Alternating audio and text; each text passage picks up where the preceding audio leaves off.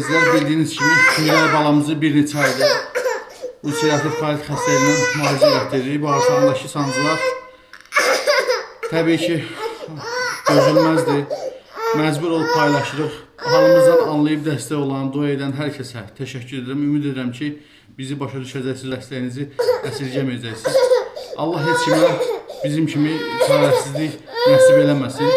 Kömək olan, olmayan hər kəsə ancaq xoşbəxtlik arzu edirəm. Biz də təbii ki, balamızı xilas eləmək istəyirik. Ona görə sizdən maksimum şəkildə dəstək olmağı rica edirəm.